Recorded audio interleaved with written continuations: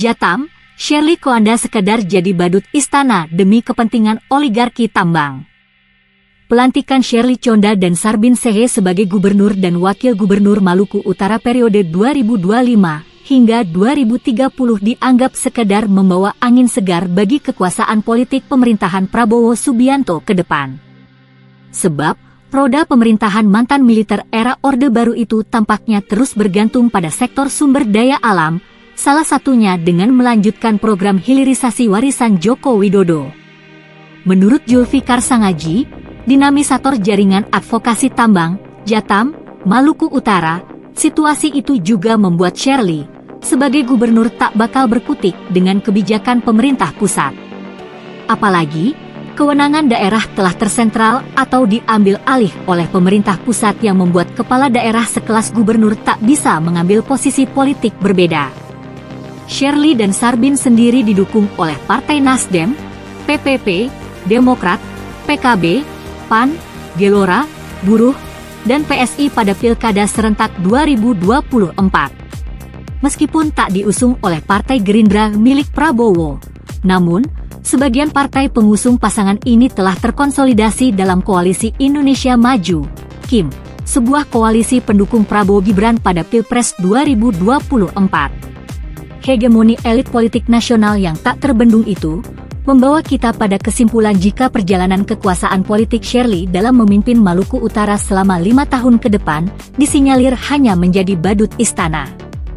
Dengan kata lain, Shirley akan bekerja melayani agenda pemerintah pusat, meski dalam kenyataannya memicu penderitaan tiada henti bagi warga Maluku Utara, jelas Zulfikar, sebagaimana dikutip dari siaran pers yang diterima redaksi, pada Kamis, 20 Februari 2025. Sehingga, kata Zulfikar, klaim Shirley saat debat kandidat pada November 2024 lalu tentang pentingnya pelestarian lingkungan sekadar pepesan kosong.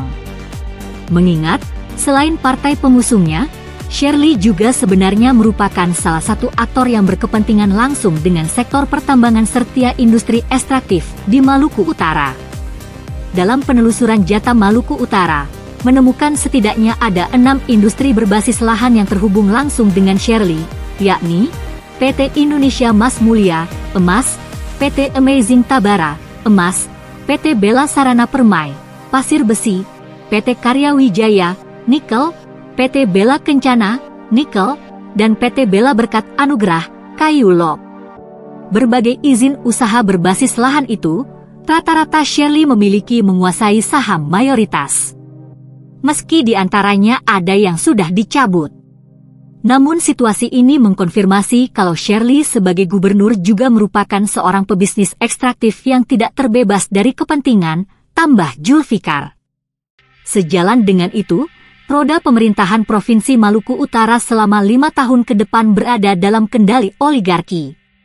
Di saat yang sama, tidak menutup kemungkinan Shirley dengan jabatannya sebagai gubernur, bisa saja memperluas gurita bisnisnya. Selain Shirley, di level kabupaten juga disinyalir menjadi badut istana. Seperti bupati di Halmahera Timur, Halmahera Tengah, Halmahera Selatan, Kepulauan Sula, dan Taliabu. Keseluruhan bupati yang baru dilantik ini merupakan rombongan partai dalam afiliasi KIM. Pada kelima wilayah ini juga sekaligus merupakan arena padat konsesi tambang. Mardani Legailo, juru bicara Safe Sagea mengatakan, wilayah Halmahera Tengah saat ini kini telah mengalami krisis sosial ekologis akibat pertambangan maupun hilirisasinya. Dia sebut, operasi tambang telah mengokupasi lahan-lahan produktif warga yang berakibat pada hilangnya sumber-sumber pangan, kerusakan hutan yang mengakibatkan banjir berulang, pencemaran sungai, laut, hingga udara yang kemudian memperburuk kualitas kesehatan warga. Termasuk mengancam kelestarian kawasan karst Boki Moruru di Sagea.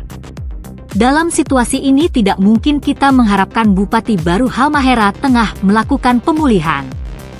Karena kemenangan dia sepenuhnya didukung oleh Partai KIM, jelas Mardani, yang merupakan warga korban tambang di Halmahera Tengah. Krisis serupa terjadi juga di Halmahera Timur. Setelah pulau-pulau kecil yang berada di Teluk Buli yang kini hancur, diporak-porandakan oleh operasi buas tambang nikel, ekspansi perluasan daya rusak juga terus melebar hingga daratan pulau besar Halmahera. Seperti di wilayah Subaim hingga Maba, tambang nikel terus menggerogoti tubuh pulau. Di saat yang sama juga, ekspansi tambang nikel PT Privan Lestari juga mengancam kelestarian pegunungan Wato-Wato. Pegunungan ini sesungguhnya menjadi sumber utama air bersih warga di wilayah Buli hingga Subaim. Situasi ini menjadi mustahil ketika kita mengharapkan bupati maupun gubernur baru.